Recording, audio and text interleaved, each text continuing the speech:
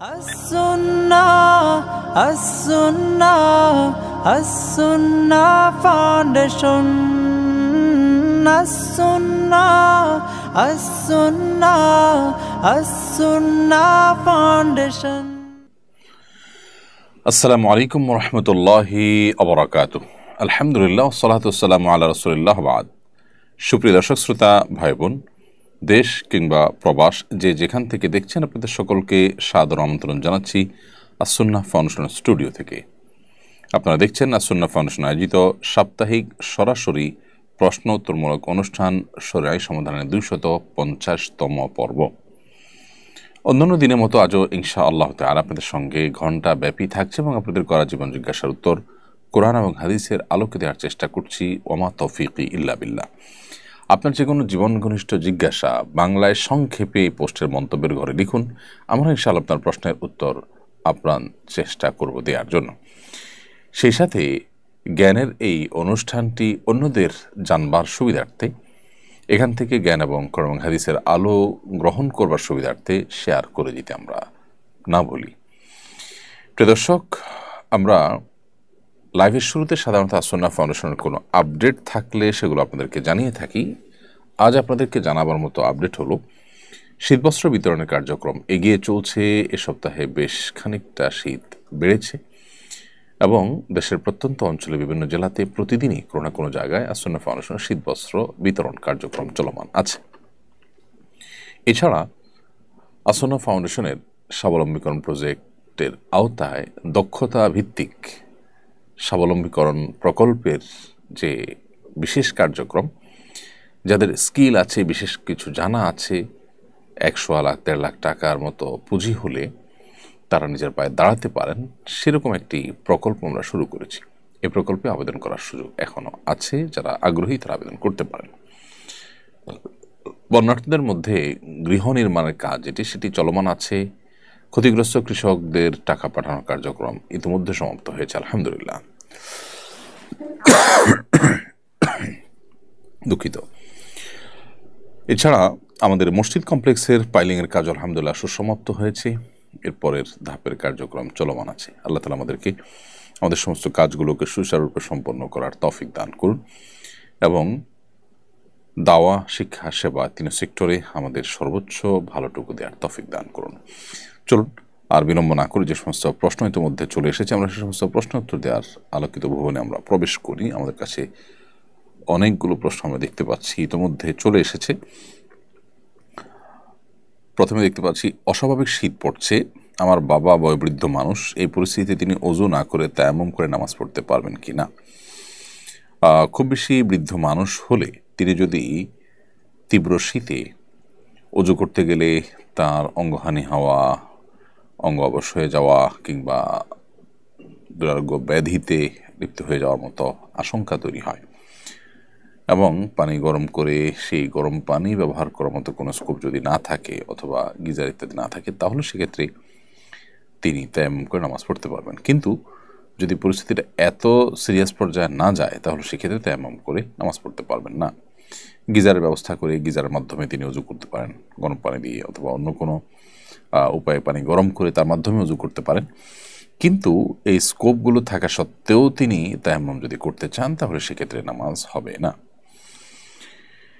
এরপরে প্রশ্ন হলো, আমি একজন ছাত্র, আমাদের বিশ্ববিদ্যালয়ে অনেক শিক্ষক ক্লাসে দেরি করে প্রবেশ করেন অথবা ক্লাসের সময় শেষ হওয়ার আগেই ক্লাস থেকে বের হয়ে যায়। শরীয়ত কি বলে এ ব্যাপারে? শরঈ দৃষ্টিকোণ থেকে তার এই দেরিতে প্রবেশ করা এবং আগে বের হওয়াটা নাজায়েজ হবে এবং এটা কাজে ফাঁকি হিসাবে ধর্তব্য হবে তখন যখন এটি যেটুকু সময় পরে ঢোকা বা যেটুকু সময় আগে বের হওয়ার প্রচলন আছে সচরাচর, তার চাইতে অনেক বেশি হয় চোখে পড়ার মতো, এবং যেটা তিনি ইন্টেনশনালি ফাঁকি দেওয়ার নিয়তে ফাঁকি দেওয়ার জন্যই করেন সেটুকু। সাধারণত টিচাররা সর্বোচ্চ কত মিনিটের মধ্যে ক্লাসে ঢুকেন, কত মিনিটের মধ্যে বের হয়ে থাকেন, যদি সেরকম কোনো ওরফ বা প্রচলন থাকে, ওর মধ্যেই তিনি থাকেন, তাহলে তিনি এই কাজটা করে গুনাহগার হবেন না।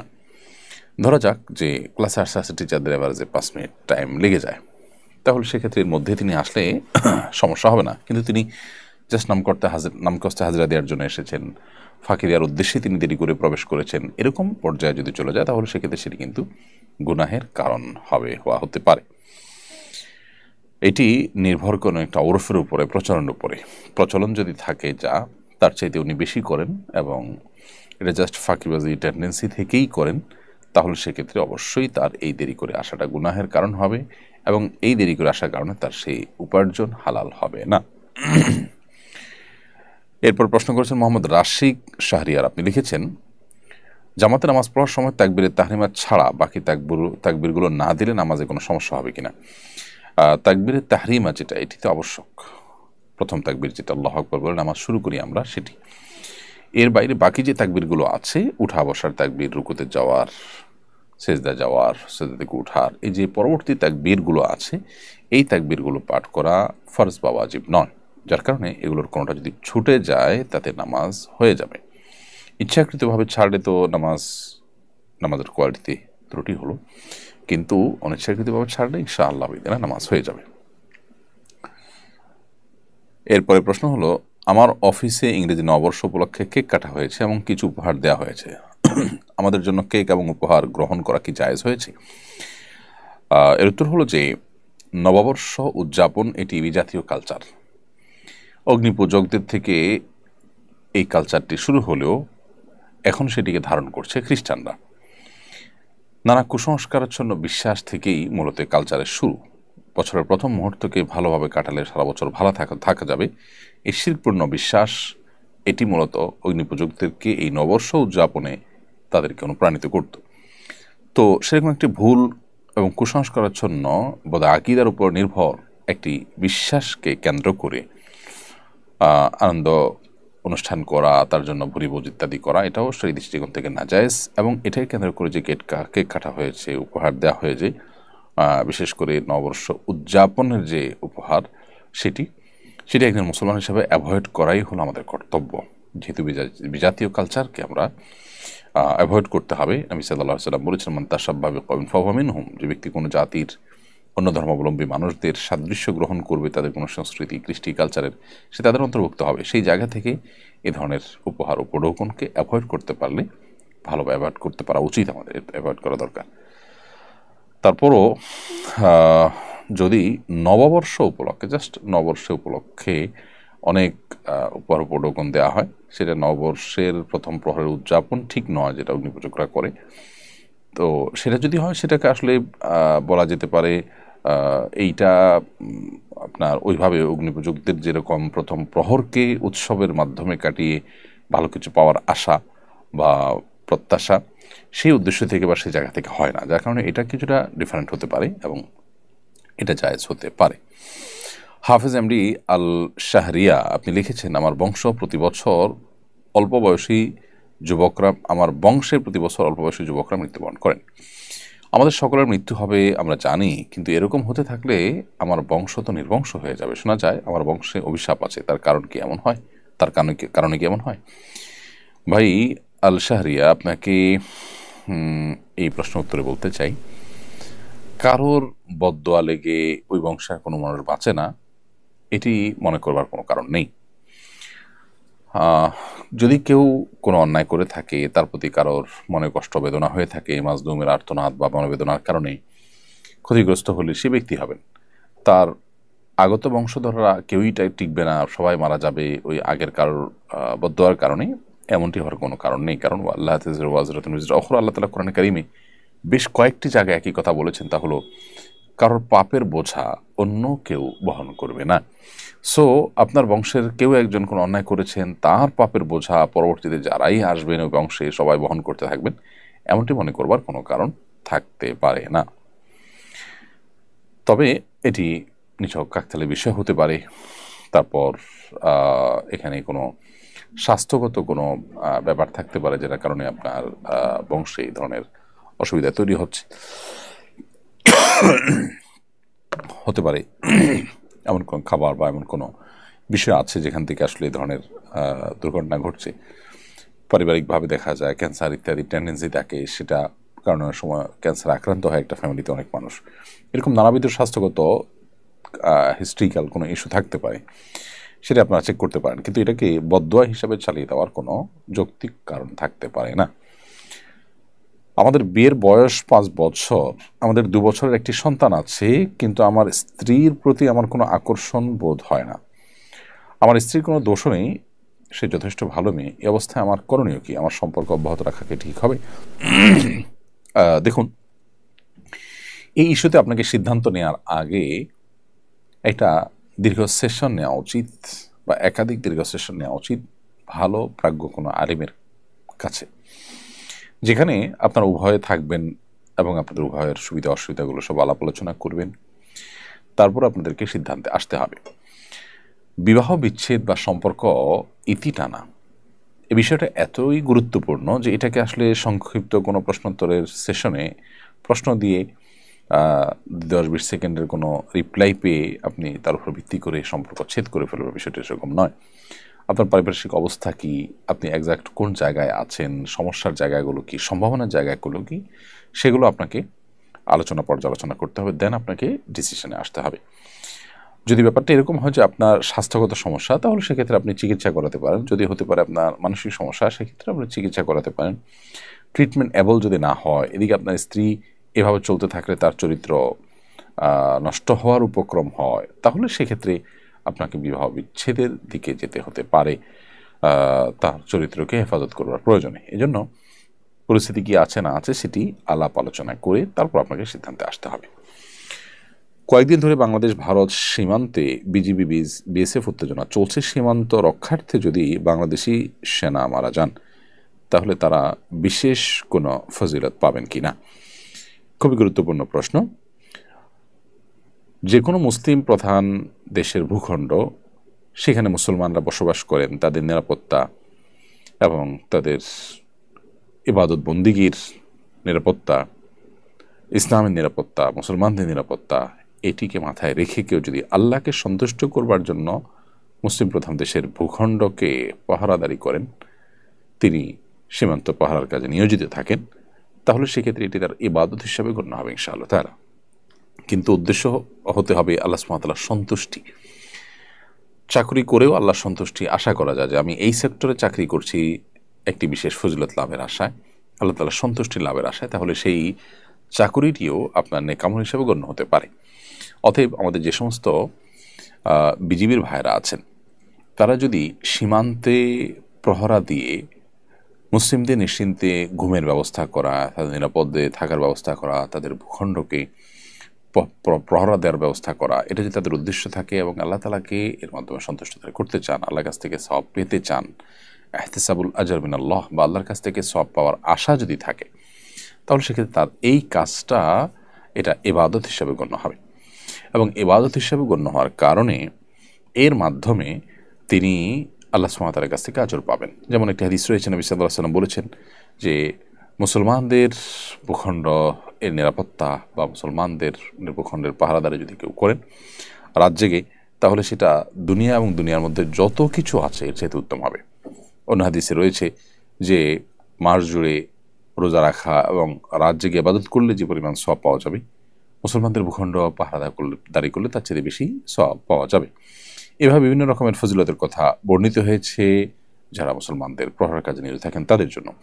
সো সীমান্তে যারা বিজিবি হিসেবে দায়িত্ব পালন করছেন, তারা যদি মুসলমান হয়ে থাকেন, আল্লাহর কাছ থেকে সওয়াবের আশা রাখেন এবং উদ্দেশ্য তাদের এটা থাকে যে তারা মুসলমানদের ভূখণ্ড পাহারাদারি করছে, আল্লাহর কাছে সওয়াব পাবেন তারা, এবং পাশাপাশি অন্যান্য গুনাহের কাজ যদি তারা সাধারণত না করেন, অর্থাৎ সেখানে দায়িত্ব পালন করতে গিয়ে আবার কোনো হারামে লিপ্ত না হন, আশা করা যায় তারা আল্লাহ সুবহানাহু ওয়া তাআলার কাছে সেজন্য আজর এবং বিনিময় লাভ করবেন। এবং এই দায়িত্ব পালন করতে গিয়ে তারা যদি মারা যান, ইনশাআল্লাহ তারা শাহাদাতের মর্যাদা সিদ্ধি লাভ করবেন।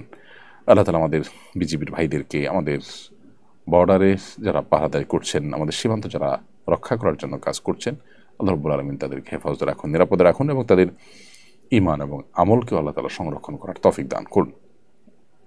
ফারজানা ইসলাম আপনি লিখেছেন, সন্তান যদি মাকে কিছু গয়না কিনে দেয় উপহার হিসেবে, মা মারা যাওয়ার পর সেগুলো ওই সন্তানটা নিতে পারবে কিনা? সব ভাই বোনদের মাঝে ভাগ, নাকি সব ভাই বোনদের মধ্যে ভাগ করে দিতে হবে, বা ওরাও মায়ের এই গয়নার হকদার হবে? বাবা বেঁচে থাকলে কি উনিই এটার মালিক হবেন? বোন ফারজানা, আপনি সন্তান হিসাবে আপনার মাকে কোনো গহনা দিয়েছেন, উপহার হিসাবে দেওয়ার ফলে এটার মালিক আপনার মা হয়ে গেছেন। আপনার মা গহনার মালিক হয়ে যাওয়ার পর, তার মৃত্যুর পর এটি তার অন্য 10টি পরিত্যক্ত সম্পদের তালিকায় অন্তর্ভুক্ত হয়ে যাবে। সো তার মৃত্যুর পর আপনার বাবার একটা অংশ সেখানে থাকবে, আপনি অ্যাজ এ সন্তান আপনার একটা অংশ থাকবে, আপনার অন্যান্য ভাই বোন থাকলে তাদেরও অংশ থাকবে। অর্থাৎ আপনি সেখান থেকে একজন ওয়ারিস হিসাবে আপনার মার নিজস্ব কোনো জমি থাকলে, অর্থকড়ি থাকলে সেখান থেকে যেরকম একটা ভাগ পেতেন, এই গহনা যেটা আপনি তাকে গিফট হিসেবে দিয়েছেন এখান থেকেও একটা ভাগ আপনি পাবেন একজন ওয়ারিস হিসেবে। অতএব এটা পুরোটুকু আপনার বাবাকে দিতে হবে সেটাও ঠিক না, আবার পুরোটুকু আপনি ব্যাক করবেন সেটাও ঠিক না, কারণ আপনি তাকে গিফট করেছেন। আর যদি আপনি মাকে ব্যবহার করবার জন্য দিয়েছেন, জাস্ট ইউজের জন্য দিয়েছেন, ধারের মতো দিয়েছেন, তাহলে সেক্ষেত্রে আপনি এটার যে তার মৃত্যুর পর এটা ব্যাক করে নেওয়া বা আপনার ফেরত নেওয়া সে সুযোগ আপনার আছে, কারণ আপনি তাকে মালিক বানিয়ে দেননি, জাস্ট তার কাছে রেখেছেন বা তাকে ব্যবহার করতে দিয়েছেন। আর যদি তাকে গিফট হিসেবে দিয়ে থাকেন, মালিক বানিয়ে দিয়ে থাকেন উপর হিসাবে, তাহলে সেক্ষেত্রে যেটি বলেছি সেই বিধান প্রযোজ্য এবং আপনি তার একটা অংশ পাবেন। এরপর প্রশ্ন হল, আমি হোটেলে কাজ করি, শুনেছি মালিক হোটেল বড় করার জন্য লোন নেবেন, এই জন্য কি আমার ইনকাম হারাম হয়ে যাবে? এই প্রশ্নটি আর অনেক ভাই বোনদের। আপনি কোনো প্রতিষ্ঠানে চাকরি করছেন, যে প্রতিষ্ঠানের মালিক পক্ষ সুদি লোন নিয়েছেন ব্যবসা সম্প্রসারণ করবার জন্য, ওই প্রতিষ্ঠানে আপনি যদি চাকরি করেন আর আপনার চাকরির বেসিক কাজ বা ডিউটিটা কোনো হারাম কাজে সহযোগিতা না হয়, তাহলে সেক্ষেত্রে আপনার সে চাকরি হারাম হয়ে যাবে না। কোম্পানি সুদি লোন নিয়েছে, এর কারণে আপনার উপার্জন বা উপার্জিত অর্থ, আপনার বেতন, সেটি হারাম হয়ে যাবে না। কারণ আপনি যে টাকাটা বৈধ কোনো কাজ করে পরিশ্রম করে পারিশ্রমিক হিসাবে গ্রহণ করেছেন, সেই টাকাটাই যে সুদি যে লোন নিয়েছেন হুবহু ওই সুদি লোনের টাকা বা সুদের টাকা, এটা আপনি নিশ্চিত নন। কারণ কোম্পানির আরও টাকা আছে, সেটা হয়ে গেছে মিশ্রিত টাকার মতো। আপনি এরকম কোম্পানি যারা সুদ নির্ভর কাজ করে থাকেন বা সুদি লোন নিয়ে বৈধ বা সাধারণ ব্যবসা পরিচালনা করে থাকেন, এরকম কোম্পানিকে অ্যাভয়েড করে অন্য কোনো কোম্পানি যেতে পারলে ভালো হয় সন্দেহাতীতভাবে, কিন্তু আপনার এই উপার্জন হারাম হয়ে যাবে না।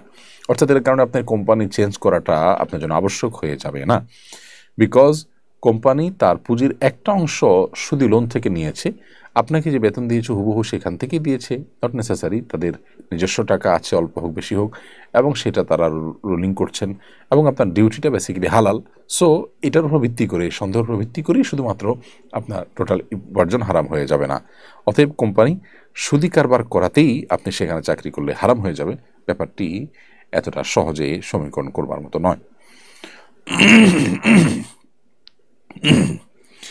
সরকার আইএমএফের প্রেসক্রিপশন অনুযায়ী বিভিন্ন পণ্য নতুন করে আরও ভ্যাট আরোপ করতে যাচ্ছে বলে খবরে প্রকাশ। এটা জনগণের জীবনযাত্রার উপরে বেশ প্রভাব ফেলবে বলে অনেকে মনে করেন। গুরুত্বপূর্ণ নাগরিক হিসাবে সরকার কোনো পরামর্শ দিবেন কিনা, গুরুত্বপূর্ণ নাগরিক কিনা জানি না, তবে এটা বলবো যে আমাদের যে সমস্ত প্রতিষ্ঠানগুলো লোন দিয়ে থাকে, নানা সময় আমাদেরকে আর্থিক সহায়তা দিয়ে থাকে, তারা নানা রকম বুদ্ধি পরামর্শ দিয়ে থাকে। এইসব পরামর্শের সবগুলোই যে আমাদের জন্য খারাপ আমি তা বলছি না, তবে অনেকগুলোই আমাদের জন্য আসলে ভালো নয়। দেশে বিশেষ করে বর্তমানে যে চলমান অচল অবস্থা চলছে, অনেকটা দীর্ঘদিন পর্যন্ত মানুষ আর্থিক কষ্টে ভুগছে, বাজার নিয়ন্ত্রণ করা কঠিন হচ্ছে নানা কারণে। এর মধ্যে যদি আবার বিভিন্ন পণ্যের উপরে ভ্যাট বেড়ে যায়, তাহলে সেক্ষেত্রে সেটা মানুষের জন্য কষ্টের কারণ হবে। যদিও অর্থ উপদেষ্টা কিংবা গভর্নর মহোদয় দুজনের কোনো একজনের বক্তব্য আমি শুনেছি যে তারা বলেছেন যে এখানে আসলে মানুষের জীবন জীবিকা বেঁচে থাকা নির্ভর করে যেসব পণ্যের উপরে, সেগুলোর উপর ভ্যাট আরোপ করা হয়নি, কিন্তু মূলত অন্য জায়গায় ভ্যাট আরোপ করলেও তার প্রভাব জীবন জীবিকার উপরে পড়ে। যার কারণে এই ব্যাপারটাতে সরকার, আমার মনে হচ্ছে যে আইএমএফের প্রেসক্রিপশন অনুযায়ী কাজ করা উচিত নয়, বরং আইএমএফের সাথে দরবার করা উচিত। একটা রাষ্ট্রের যদি অপচয় রোধ করা যায়, অপচয়টা যদি আমাদের দেশে আমরা বন্ধ করতে পারি, সরকারের টাকার যেভাবে সেভাবে খরচ করার যে একটা আপনার টেন্ডেন্সি আছে, সেটা যদি বন্ধ করা যায়, তাহলে আমার মনে হয় যে আমাদের দেশে অনেক আর্থিক অনটনের জায়গাগুলো ঘুষে যাবে এবং আমাদের প্রচুর পরিমাণ অর্থ এখানে বেঁচে যাবে, এবং এই ভ্যাট ইত্যাদি বাড়াবার প্রয়োজন সেক্ষেত্রে হবে না। আমার মনে হয় সেদিকে বরং নতুন সরকার বা নতুন পরিস্থিতিতে তারা মনোযোগ দেওয়া উচিত। শাকিল আহমেদ খান আপনি লিখেছেন, আমার সামনে পরীক্ষা, এমন কোনো আমল আছে কি না পরীক্ষার আগে যা করলে আল্লাহর রহমতে পরীক্ষা ভালোভাবে দিতে পারবো? ভাই শাকিল, পরীক্ষার আগ মুহূর্তে স্পেশাল কোনো আমল এর কথা আমি বলতে পারবো না যেটা পড়লে পরীক্ষা বা যেটা করলে পরীক্ষা ভালো হবে বলে কোরআন হাদিসে বলা হয়েছে। তবে আপনি অ্যাজ এ মুসলমান পরীক্ষার আগে আল্লাহ সুবহানাহু ওয়া তাআলার কাছে অন্য 10টা ক্রাইসিস মোমেন্টে বা আল্লাহ সুবহানাহু ওয়া তাআলার কাছে আপনার বিশেষ পরিস্থিতিতে যেরকম কায়মন আমাকে দোয়া করেন, এক্ষেত্রে দোয়া করবেন, আল্লাহ আপনি আমার পরীক্ষাকে সহজ করে দিন, আমার পরীক্ষাকে আপনি আসান করে দিন, আপনি আল্লাহর কাছে দোয়া করবেন। সেই সাথে আপনার পড়াশোনা, আপনার প্রচেষ্টা যেটি পরীক্ষা ভালো ফলাফল করবার জন্য সেটি আপনি যথাযথভাবে অব্যাহত রাখবেন। আমেরিকার এক অঙ্গরাজ্যে ভয়াবহ দাবানলে ব্যাপক ক্ষয়ক্ষতি হয়েছে। বিষয়টাকে অনেকে আল্লাহর গজব হিসাবে দেখছেন। এটা আসলেই কি তা কিনা, এই জন্য উল্লাস করার সুযোগ আছে কিনা? প্রথম কথা হলো যে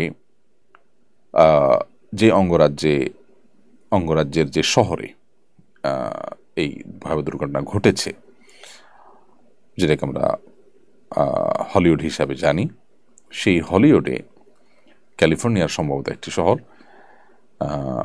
এখানে যে ভয়াবহ দাবানল 2 দিন যাবৎ জ্বলে পুড়ে সব ছাই করে দিচ্ছে, এটি সন্দেহাতীতভাবে একটা সিগনিফিক্যান্ট বিষয় এবং এটা নিশ্চয়ই আমাদেরকে একটা ইঙ্গিত করে, একটা ইন্ডিকেট করে যে সেখানে বিশেষ করে গোটা বিশ্বে অশ্লীলতাকে ছড়িয়ে দেওয়ার জন্য যেভাবে ওখানকার তথাকথিত তারকারা, যাদের বসতবাড়ি ইত্যাদি পুড়েছে বলে খবরে এসেছে, তারা যেভাবে কাজ করে চলেছেন এবং যুগ যুগ ধরে সহস্র মানুষের চরিত্রকে ধ্বংস করবার জন্য যাদের ভূমিকা রয়েছে, আল্লাহর পক্ষ থেকে এটি একটি আযাব হিসাবে বা আল্লাহর পক্ষ থেকে শাস্তি হিসেবে এটা কোনো ইন্ডিকেট হতে পারে, সেটাকে মোটেও উড়িয়ে দেওয়া যায় না। কিন্তু আসলে যেহেতু কোনো নবী রাসূল নেই, কোন ঘটনা কী জন্য ঘটেছে, আল্লাহ সুবহানাহু ওয়া তাআলা ঠিক কী কারণে সেটি ঘটিয়েছেন, সেটি আসলে আমরা কেউই ধারণা করে বলতে পারবো না নিশ্চিতভাবে।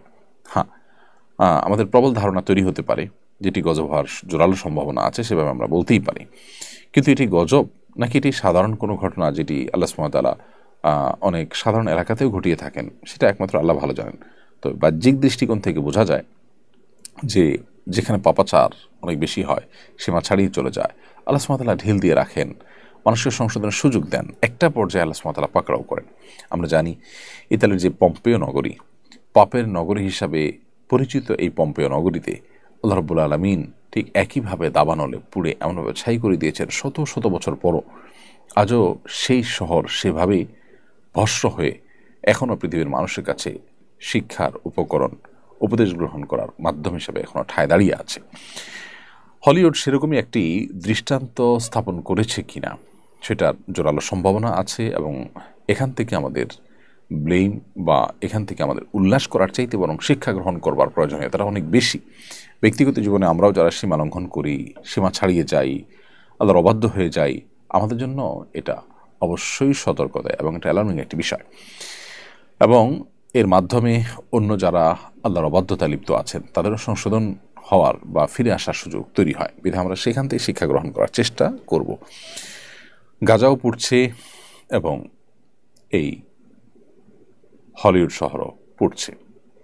পার্থক্য এটুকু যে গাজার মানুষগুলো আল্লাহর প্রতি বিশ্বাসী হওয়ার কারণে, আখিরাতে বিশ্বাসী হওয়ার কারণে দুনিয়া পুড়ে গেলেও তাদের আসলে সব পুড়ে যাবে না, অনন্ত অসীমকালের আসল জীবনের সব তাদের বেঁচে থাকবে ঠিকই। কিন্তু যাদের আখিরাতের প্রতি বিশ্বাসী নেই, তাদের দুনিয়াটাই যদি পুড়ে যায় তাহলে থাকেটা কি? আল্লাহ তাআলা আমাদের এখান থেকে শিক্ষা গ্রহণ করবার তৌফিক দান করুন। আব্দুর রহিম আপনি লিখেছেন, জোহরের সুন্নত 4 রাকাত একসাথে পড়বো নাকি 2 রাকাত করে পড়বো? জোহরের সুন্নত 4 রাকাত একসাথে পড়বেন, এটাই হলো ফুকাহা হানাফের মত। যদিও এক্ষেত্রে হাম্বলি ফকিহদের মত হলো 2 রাকাত করে পড়বেন। শুকনো নাপাক কাপড় ড্রয়ারে রাখলে কি ড্রয়ার নাপাক হয়ে যাবে? শুকনো নাপাক কাপড় যদি আপনি কোনো ড্রয়ারে রাখেন, সে ড্রয়ারে যদি সে নাপাকির কোনো আলামত লেগে যায়, নাপাকি লেগে গেছে কোথাও দেখা যাচ্ছে, অথবা দুর্গন্ধ হয়ে গেছে সেই জায়গাটা নাপাকির, তাহলে সেক্ষেত্রে সেই জায়গাটা নাপাক হিসাবে বিবেচিত হবে, সেটাকে দূর করতে হবে যেভাবে দূর করা সম্ভব হয়। নাপাকের সমস্ত আলামত দূর হয়ে গেলে সেটি পাক হয়ে যাবে। আর যদি সেখানে কোনো নাপাকের কোনো আলামত না থাকে, শুধুমাত্র নাপাক কাপড়টা আপনি রেখেছেন জাস্ট এই কারণেই পুরো ড্রয়ারটা নাপাক হয়ে গেছে বা সেখানে কোনো পাক কাপড় রাখা যাবে না, ব্যাপারটা কিন্তু তা নয়। এরপর রাহাতুল ইসলাম রুমা আপনি লিখেছেন, বর্তমানে বাজারে যে স্কুটি বের হয়েছে মেয়েরা কি তা চালাতে পারবে? মেয়েরা যদি স্কুটি চালাতে চান এবং সেটি চালাতে গিয়ে যদি তাদের পর্দার খেলাফ না হয়, ধরুন প্রচণ্ড বাতাসে তারা যদি স্কুটি চালান এবং শরীরের বিভিন্ন অঙ্গ প্রত্যঙ্গ স্পষ্ট হয়ে আসে, তাহলে সেটি নাজায়েজ হবে। আর যদি সেরকম কিছু না হয়, তাদের ড্রেস আপটা যদি এমন হয় যে না তাদের প্রাইভেসি বা পর্দা মেনটেন করে তারা চালাতে পারছেন, তাহলে সেক্ষেত্রে সেটি তাদের জন্য হারাম হবে না। এবং সফরের দূরত্বে না গিয়ে ছোটোখাটো ট্রিপ যেগুলো ধারে কাছে থাকে, একান্ত প্রয়োজনীয় কাজ থাকে, সেগুলো তারা সারেন, তাহলে সেটি হারাম হয়ে যাবে না। এটি নির্ভর করে তাদের স্কুটি চালানোর সময় এবং পরিবেশ পরিস্থিতির উপরে। যদি পর্দার যে বিধিবিধান আছে সেগুলো নষ্ট না হয়, তিনি যেভাবে হাঁটছেন সেভাবে স্কুটি চালাচ্ছেন এবং স্কুটি চালাতে গিয়ে তার ড্রেস আপ কোনোভাবে পর্দার খেলাফের পর্যায়ে না যায়, শরীরের কোনো অঙ্গ প্রত্যঙ্গ ফুটে না ওঠে, তাহলে সেটি জায়েজ হবে। আমি একজন মহিলা, সৌদিতে কফিলে বাসায় কাজ করি। কফিলের পরিবারের সাথে কয়েকবার ওমরা করেছি, আর মক্কা আমাদের বাসা থেকে 2 দিনের রাস্তা। আমার ওমরা হবে কিনা? প্রথম কথা হলো, বোন, আপনি দূরদেশে গিয়েছেন একটু রুটি রুজির জন্য। যারা আপনাকে মাহারাম ছাড়া সেখানে নিয়েছেন সে সৌদিয়ানরা, তারা যেরকম গুনাহগার, এ ক্ষেত্রে আপনি নিজেও গুনাহগার হবেন মাহারাম ছাড়া সেখানে সফর করার কারণে। এরপর দ্বিতীয় কথা হলো যে আপনি সেখানে চলে গেছেন, কাজ করছেন, বৈধ বা হালাল কাজ করে যদি আপনি উপার্জন করেন, হারাম থেকে বেঁচে থেকে উপার্জন করতে পারেন, তাহলে সেক্ষেত্রে আপনার সে উপার্জন হারাম হবে না, সেটা হালাল হবে। মাহরাম ছাড়া সফর করেছেন, সেটা একটি গুনাহের কাজ হয়েছে, তার জন্য আল্লাহর কাছে ইস্তেগফার করবেন। এখন যে উপার্জনগুলো করছেন সেগুলো হারাম হবে না যদি আপনি হালাল উপায়ে উপার্জন করে থাকেন। এরপরের প্রশ্ন হলো, আপনার মূল প্রশ্ন যেটি, সেটি উত্তর হলো, আপনি সফরের দূরত্বে আপনার কফিল বা মালিকের ফ্যামিলির সাথে যাচ্ছেন, যে ওমরা করে আসছেন। তো এই যে তাদের সাথে যাচ্ছেন, যে ওমরা করে আসছেন, এর কারণে আপনার ওমরা তো হয়ে যাবে, কিন্তু এটাও একটা গুনাহের কারণ নবী করিম সাল্লাল্লাহু আলাইহি ওয়াসাল্লাম বলেছেন, লা তুসাফিরুল মারআতু ইল্লা মা'আদি মাহরামিন, কোনো নারী কোনো মাহরাম ছাড়া তিনি একাকী সফর করবেন না। আপনি যে কাজটি করছেন সেটি গুনাহের কাজ। এজন্য আল্লাহ তাআলা আপনাকে তৌফিক দিলে আপনি স্বামী বা মাহরামের সাথে কখনো ওমরা করবেন, আর না হলে ওমরা করবেন না। ওমরা করার জন্য ফরজ নয়, কিন্তু আপনার অবশ্যই মাহরাম নিয়ে সফর করার চেষ্টা করা উচিত এবং সফরে মাহরাম থাকা দরকার। এরপরে প্রশ্ন করেছেন এসকে মুস্তাকিম ব্লগ, এআইডি থেকে আপনি লিখেছেন, মৃত গরুর চামড়া বিক্রি করা যাবে কিনা? মৃত গরুর চামড়া তুলে যদি আলাদা করে বিক্রি করা যায়, অবশ্যই সেটি জায়েজ হবে। মৃত গরুর চামড়া থেকে যদি বেনিফিটেড হতে চান, কেউ ব্যবহার করে সেটাকে প্রসেস করে ব্যবহার করতে চান, সেটাও করতে পারবেন। হ্যাঁ, মৃত গরুর গোশত খেতে পারবেন না, সেটি হারাম। অতএব চামড়া বা অন্য কোনোভাবে সেটি থেকে যদি বেনিফিটেড হওয়ার সুযোগ থাকে, সেটি কিন্তু নিষিদ্ধ বা হারাম নয়। মাঝে মধ্যে অচেনা কবুতর এসে আমার কবুতরের সাথে জোড়া বাঁধে এবং ডিম দেয়, সেই ডিম থেকে বাচ্চা হয়। এখন ওই অচেনা কবুতর এবং ডিম ও বাচ্চার বিধান কি হবে? অচেনা কবুতর এসে যদি আপনার কবুতরের বাসায় এসে বাসা বাঁধে, তাহলে সেটি আপনার জন্য আসলে হালাল হয়ে যাবে না, কারণ এটি আপনার কবুতর নয়, এটির মালিক অন্য কেউ। আপনার কবুতরের সাথে মিশে যদি সেই ডিম পাড়ে, তো সেই ডিম আপনার হয়ে যাবে না, কারণ অন্য জনের কবুতর, অন্য মানুষের কবুতর সেখানে ডিম পেড়েছে। সো আপনার কর্তব্য হবে এখানে কে মালিক হতে পারেন আশেপাশে খোঁজখবর নিয়ে তাদের কাছে তাদের কবুতর বা কবুতরের ডিম হস্তান্তর করা। যদি কোনোভাবে সেই মালিক কিংবা ডিম খুঁজে পাওয়ার, ডিমের মালিক কিংবা কবুতরের মালিক খুঁজে পাওয়ার সম্ভাবনা না থাকে, আপনি চেষ্টা করে কোনোভাবে না পান, তাহলে কোনো গরিব বা অভাবী মানুষকে আপনার ওই ডিম বা ওই কবুতরটা, ওই কবুতর বা ডিমের মালিক যিনি হবেন তার তরফ থেকে, আননোন সেই মালিকের তরফ থেকে আপনি দান করে দিবেন। হ্যাঁ, যদি আপনি নিজে অভাবী গরিব মানুষ হন, তাহলে সেটা আপনি হারানো জিনিস যেরকম গরিব বা অভাবী হলে নিজে খেতে পারেন, ঠিক তেমনিভাবে আপনি নিজে এটি খেতে পারবেন যদি আপনি অভাবী বা গরিব মানুষের সংজ্ঞায় পড়েন বা তাদের কাতারে পড়েন। এরপর তাসফিয়া তাবাসসুম আপনি লিখেছেন, মায়ের সাথে বেয়াদবি করায় মা যদি সেই সন্তানকে নিজের নামের সম্পত্তি না দিয়ে অন্য সন্তানকে দেন, তবে কি গুনাহ হবে? বোন তাসফিয়া, কোনো মা কোনো বাবা সন্তান তাদের প্রতি বেয়াদবি করেছেন, কোনো অন্যায়াচরণ করেছেন, সেই জন্য তাদের নিজেদের সম্পদ যাতে মৃত্যুর পর সন্তান না পায় তার জন্য কোনো ব্যবস্থা করে গেলেন অথবা জীবদ্দশা বলে গেলেন, এটার সুযোগ নেই। কারণ সন্তান কোনো অন্যায় বা অপরাধ করলে আল্লাহর কাছে সে দায়ী থাকবে, মা বাবার সম্পদ থেকে বঞ্চিত করবার কেউ নয়। কারণ সম্পদ থেকে বঞ্চিত করার কোনো অপশন শরীয়তে নেই। আপনি সন্তান হিসাবে যখন মা বা বাবার সংসারে, তাদের বাসায়, তাদের ঘরে জন্মগ্রহণ করেছেন, বাই ডিফল্ট অ্যাজ এ সন্তান আপনার অধিকার হয়ে গেছে তাদের সম্পদের ভাগ পাওয়া। এখানে তারা চাইলেও আপনাকে সম্পদ থেকে বঞ্চিত করতে পারবেন না। ওয়ারিশ সূত্র সেটি হলো যে বাবা মায়ের ঔরসে তাদের গর্ভে জন্মগ্রহণ করেছেন, সো সন্তান হিসাবে আপনি তাদের সম্পদের প্রাপ্য অধিকার আপনার চলে আসবে যতক্ষণ আপনি মুসলমান থাকবেন। কেউ মোরতাদ হয়ে গেছে, ইসলাম ত্যাগ করে চলেছে, তখন সে আর ওয়ারিশ থাকে না। সো এখানে অনেক মা বাবা যে তেজ্যপুত্র করেন বা সন্তানকে সম্পদ থেকে বঞ্চিত করেন, এই কাজগুলো অনুচিত, অন্যায় কাজ। সন্তান কোনো অন্যায় করে থাকলে সেটি আলাদা বিষয়, আল্লাহর কাছে তার বিচার হবে, কিন্তু তাকে সম্পদ থেকে বঞ্চিত করতে পারবেন না, বা সন্তান হিসাবে তাকে তেজ্যপুত্র তথাকথিত এটাও আপনি করতে পারবেন না। প্রিয় দর্শক, দেখতে দেখতে আমরা অনুষ্ঠানের ঠিক মাঝামাঝি পর্যায়ে চলে এসেছি। সময় হয়েছে ছোট একটি বিরতিতে যাওয়ার। আমরা বিরতির পর আবারও ফিরে আসছি প্রশ্নোত্তরের অনুষ্ঠানে। আশা করছি আমাদের সঙ্গেই থাকবেন ইনশাআল্লাহ তাআলা। কুরআন মানব জাতির মুক্তির সনদ, কোরআন আমাদের গাইডবুক। অথচ সমাজের খুব কম মানুষই কোরআন বোঝেন বা বোঝার চেষ্টা করেন।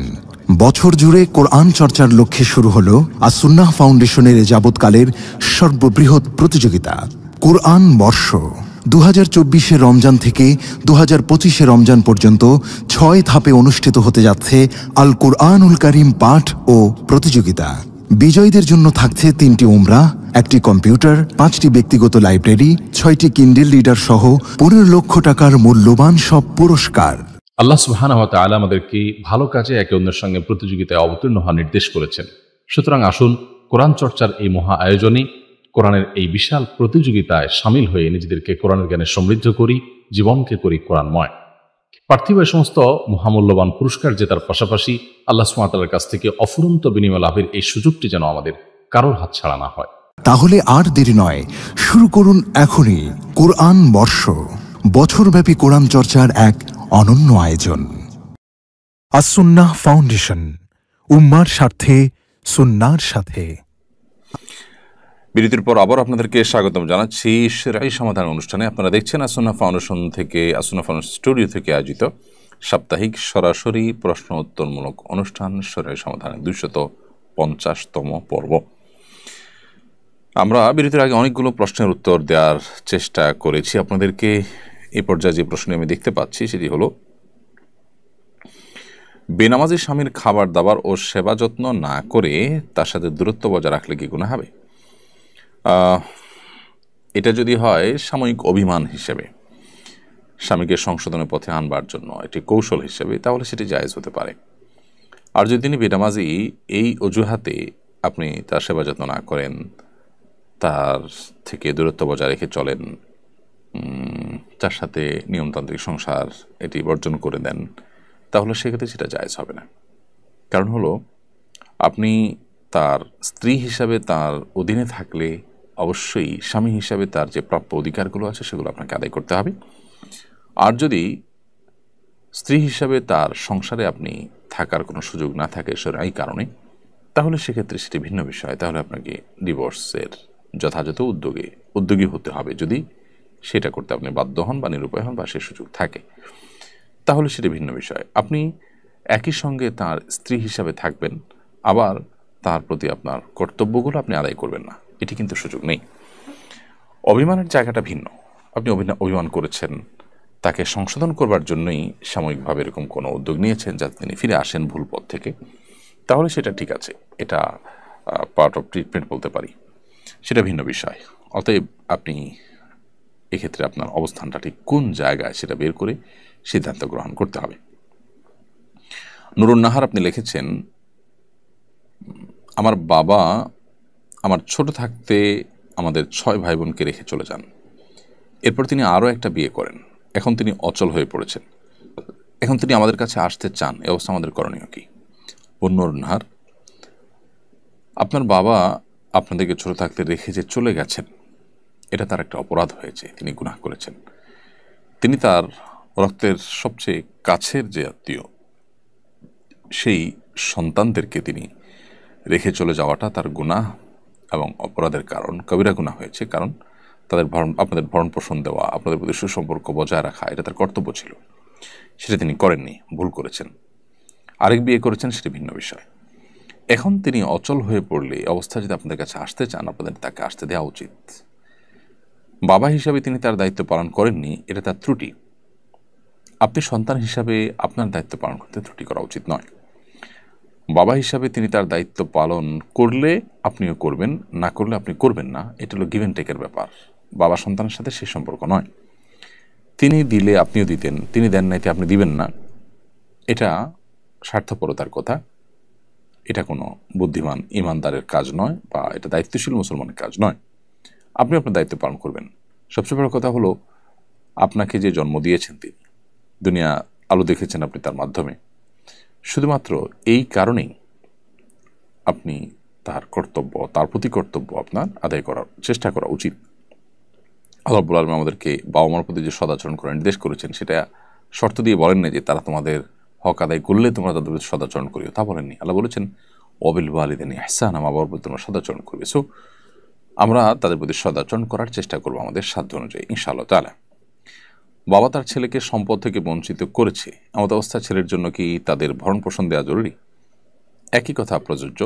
আমরা একটু আগে যে প্রশ্ন উত্তর দিয়েছি, সেই উত্তরটি এখানে আপনি রিপ্লেস করতে পারেন, বা সেই উত্তরটি এখানে অনুসরণ করতে পারেন। অর্থাৎ বাবা ছেলেকে সম্পদ দেয়নি বা অন্যদেরকে সম্পদ ভাগ করে দিয়েছে, কারোর প্রতি জুলুম করেছেন, এটি তার বাবার অন্যায় হয়েছে, অপরাধ হয়েছে, তিনি গুনাহ করেছেন। কিন্তু বাবা বিপর্যস্ত হলে, বিপদগ্রস্ত হলে সন্তান হিসাবে তার ভরণ পোষণ দেওয়ার অপশন আসলে আপনি অবশ্যই তার ভরণ পোষণ দেওয়ার চেষ্টা করবেন। অর্থাৎ তিনি যে ভুল করেছেন একই ভুল আপনি করবেন না।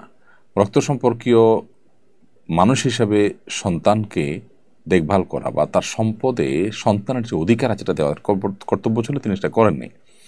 এখন বাবা যদি বিপদে পড়ে যান, তাহলে সেক্ষেত্রে সেই বাবাকে ভরণ পোষণ দেওয়া আপনাদের দায়িত্ব।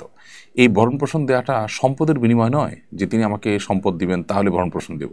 সম্পদের বিনিময় যদি হয়, তাহলে যে সমস্ত বাবার কোনো সম্পদ নেই তারা কি ভরণ পোষণ পাবে না সন্তানের কাছ থেকে? তাহলে বোঝা গেল যে এই ভরণ পোষণটা, বাবা আমার খরচ খরচা দেওয়াটা, এটা কিন্তু কোনো বিনিময় নয় যে সন্তান হিসেবে বাবার সম্পদে ভাগ পাবো সেই জন্য এটা দিচ্ছি, ব্যাপারটা তা না। বাবার সম্পদ থাকুক বা না থাকুক, ভাগ পাই কিংবা না পাই, সন্তান হিসাবে বাবার প্রতি আমার কর্তব্য এটি। বাবা তার কর্তব্যে ত্রুটি করেছেন, আমি আমার কর্তব্যে ত্রুটি করব না। এটি হলো একজন আদর্শবাদী, একজন প্রকৃত মুসলমানের কাজ। মনির হোসেন আপনি লিখেছেন, আমি একজন প্রবাসী, এখানে আমরা মাংস কিনে খাই, কিন্তু জানি না তা হালাল উপায়ে জবে করা হয়েছে কি না। এ অবস্থা আমাদের করণীয় কি? ভাই মনির হোসেন, আমি জানি না আপনি কোন দেশে আছেন। পৃথিবীর বিভিন্ন দেশে আমরা জানি হালাল সার্টিফিকেশন সিস্টেম রয়েছে। সেখানে কোনো গোশত হালাল উপায়ে যদি জবাই করা হয়ে থাকে, তাহলে সেটার উপরে হালাল সার্টিফিকেশন সিল লেগে থাকে সাধারণত। এবং হালাল সার্টিফিকেশন বেশিরভাগ দেশগুলোতেই এটা খুব ভালোভাবে মেনটেন করা হয়। আমাদের দেশের মতো যা হালাল নয় সেটাকে হালাল লিখে দেওয়া, নামকাস্তে হালাল সার্টিফিকেট দিয়ে দেওয়া, এ ধরনের জিনিসপত্র বা এই ধরনের কাজকাম তারা সাধারণত করেন না। তারা চেষ্টা করেন সচরাচর যেটা লিখবেন সেটা যেন বাস্তবসম্মত হয়, সেটিকে মেনটেন করতে। তো সেই জায়গা থেকে আপনার এই যে মাংস কিনে খাচ্ছেন, সেখানে যদি হালাল সার্টিফিকেশন থাকে আপনি সেটি খেতে পারেন আল্লাহর উপর ভরসা করে, বিশেষ করে হালাল সার্টিফিকেশন সিস্টেম যদি সেখানে থাকে। আর যদি সেখানে হালাল সার্টিফিকেশনের কোনো ভ্যালু না থাকে, সেটা যেন তেনভাবে দিয়ে দেওয়া হয়, আপনি জানেন, তাহলে সেক্ষেত্রে আপনি এটা অ্যাভয়েড করতে হবে। এটা আপনার তাকওয়ার দাবি। আর যদি হালাল সার্টিফিকেশন না থাকে, তাহলে সেক্ষেত্রে সেটা খাওয়ার কোনো কারণ নেই, কারণ অমুসলিমরা কীভাবে জবাই করেছেন না করে সেটা আপনি জানেন না। তানজিন আহমেদ আপনি লিখেছেন, আমি একজনকে পছন্দ করি, সে মুসলমান আর আমি ছিলাম হিন্দু। আমি তার কাছেই কালিমা পড়ে মুসলমান হয়েছি। আমি আল্লাহর উপর বিশ্বাস রেখে ইউটিউব দেখে নামাজ পড়ি, কিন্তু সূরা পারি না, চেষ্টার সাথে সাথে পড়তে। আমার নামাজ হবে কিনা প্লিজ উত্তর চাই। বোন তানজিনা, আপনি ইসলামে এসেছেন, আল্লাহ তাআলা আপনাকে ইসলামের উপরে অটল অবিচল থাকার তৌফিক দান করুন। ইসলামটা শুধু বিবাহের জন্য না হয়ে ইসলামের সত্য উপলব্ধি করে সত্যি অন্তর থেকে আল্লাহর কাছে সারেন্ডার করার পদক্ষেপ হিসাবে এটি যেন হয়, সে চেষ্টা আপনার করা উচিত। এবং অন্তত এই মুহূর্তে সে রিয়েলাইজ আপনার থাকা উচিত, করা উচিত যে এটি বিবাহের জন্য কোনো মাধ্যম নয়, বরং এটি সত্যকে উপলব্ধি করে আপনার সত্যে ফিরে আসার প্রচেষ্টা। তো ইসলাম গ্রহণ করবার পর আলহামদুলিল্লাহ আপনি কালিমা পড়েছেন, কালিমার অর্থ বুঝেছেন, আল্লাহর একত্ববাদকে বিশ্বাস করেন, মুহাম্মদ সাল্লাল্লাহু আলাইহি ওয়াসাল্লাম রাসূল হিসেবে বিশ্বাস করেন, এবং শিরক যেগুলো আপনি আগে করতেন সেই শিরককে আপনি বর্জন করেছেন। আলহামদুলিল্লাহ, এর মাধ্যমে আপনি মুসলিম হয়ে গেছেন। এখন আপনার কর্তব্য 5 ওয়াক্ত নামাজ সহ অন্যান্য বিধিবিধানগুলোকে মেনে চলা, শুধু নামাজ নয় অন্যান্য বিধিবিধানগুলো মেনে চলা, এবং এগুলো জানার জন্য আপনি দিন শেখার অনেক বই পুস্তক আছে, সেই বই পুস্তকগুলো সংগ্রহ করে কালেকশন করে আপনি দিন শেখা শুরু করবেন। ইনশাআল্লাহ এর মাধ্যমে আপনি নিজেকে ভালো মুসলিম হিসাবে দাঁড় করাতে পারবেন। আপনি ইউটিউব থেকে দেখে দেখে যদি নামাজ শিখেন এবং সঠিক পদ্ধতি শিখতে পারেন, তাহলে সেক্ষেত্রে সেটাও আপনার নামাজ সঠিক নামাজ আদায়ের জন্য সহযোগিতা আপনাকে করবে, এবং সেটা তার মাধ্যমে আপনার নামাজ হয়ে যাবে ইনশাআল্লাহ তাআলা। কিন্তু আপনাকে শিখতে হবে এবং শিখে সেটিকে আমল করতে হবে, এটি হলো মূল বিষয়। সাইদুল সাইদ আপনি লিখেছেন, আমার নানির শাশুড়ি অসুস্থ, নানা শ্বশুর মারা গেছেন, এখনও 4 মাস 10 দিন হয়নি। অসুস্থতার কারণে তাকে অন্য বাড়িতে নিয়ে যাওয়া যাবে কিনা? কোনো স্বামী মারা গেলে স্ত্রী 4 মাস 10 দিন পর্যন্ত ইদ্যত পালন করতে হয়, যেখানে আছেন সেখানে তিনি সময় কাটাতে হয়। একান্ত নিরুপায় না হলে, একান্ত প্রয়োজন না হলে, একান্ত বাধ্য না হলে তিনি সেই জায়গা ত্যাগ করে বাহিরে তা যেতে পারেন না। সে বাড়ির ভেতরেই বাইরের চোহর দিতে তাকে থাকতে হয় এবং সাজগোজ ইত্যাদি বর্জন করে চলতে হয়। এটি তার ইদ্যত বা শোক পালনের অংশ। এখন যিনি এই শোক পালন করছেন, আপনার নানি, তিনি নিজে যদি অসুস্থ হয়ে যান, তাহলে সেক্ষেত্রে তার চিকিৎসার প্রয়োজনে কিংবা তিনি সুস্থ থাকতে পারেন সেরকম পরিবেশে নেওয়ার প্রয়োজনে যদি সেই জায়গাটা ত্যাগ করতে হয়, সেটি জায়েজ হবে, সেটি না জায়েজ হবে না। এবং 4 মাস 10 দিনের মধ্যে এই কাজটি করলে সেটি গুনাহ হবে না। আমি শিগগিরই ওমরার সফরে যাচ্ছি ইনশাআল্লাহ। আমাদের কাফেলা প্রথমে মদিনা যাবে, এরপর মক্কায় নিয়ে আমাদের ওমরাহ করাবে। এমনটা করে যাবে কিনা? ওমরা পালনে প্রথমে মক্কায় যেতে হবে এমন কোনো শর্ত আছে কিনা? উত্তর হলো না। ওমরা পালনে প্রথমে মক্কায় যেতে হবে এমন কোনো শর্ত নেই। আপনি মদিনায় গেলেন, মদিনা থেকে আসার পথে মিকাত থেকে নিয়ত করে এহরাম বেঁধে তারপর আপনি ওমরা করলেন, সেটি করতে পারবেন।